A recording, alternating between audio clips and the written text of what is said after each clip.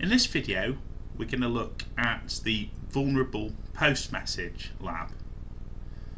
So let's launch the lab, and there's no input here, so let's look at the source, and we can see the script on this page is adding an event listener, and it's listening for message events, and this is the receiver for a browser feature that lets different browser windows and tabs communicate client side. So one window can call post message, and then this will appear in another window as a message event. And a concern with this is that post message is allowed cross domain.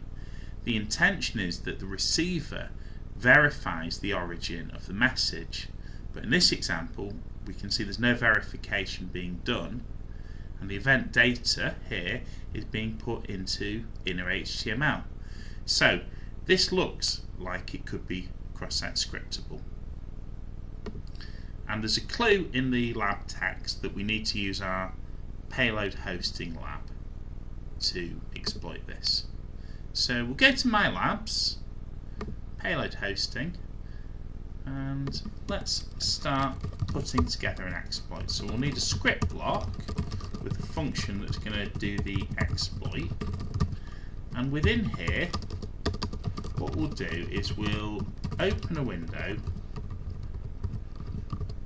with which contains the target lab, and then we'll call post message. We'll send a test string, and there's a second parameter to post message which is the target domain, and that's a security control, but because we're doing an exploit here we're going to set that to star, and I'll create a button with an on-click handler to run the exploit.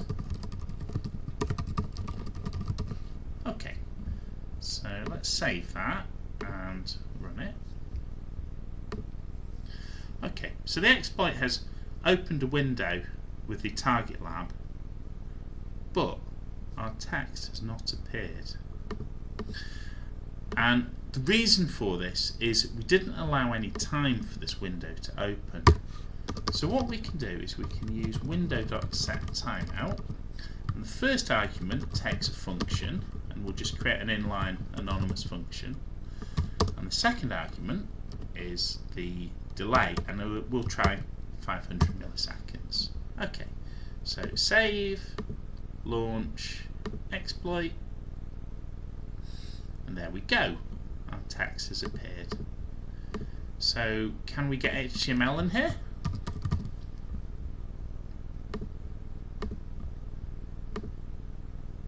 Yes, we can. Right, so let's try and get our payload.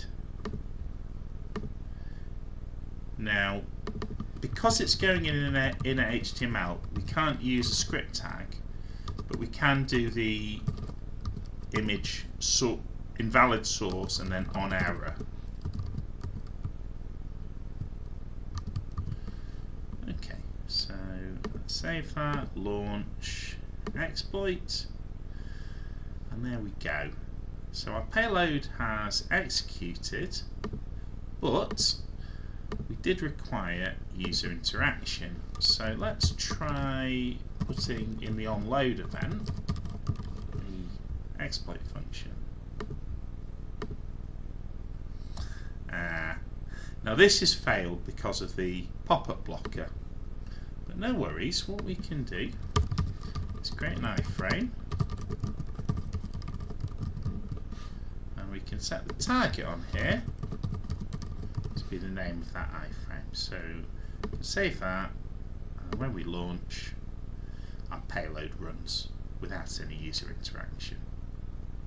Okay, so that's essentially the lab solved. Just the final step is to submit this to the headless browser, and there we go. We've successfully solved the lab. So this post message feature is potentially quite useful, but it's got this requirement that for security you need to verify the origin, and if you forget to do that, you're at risk of attack.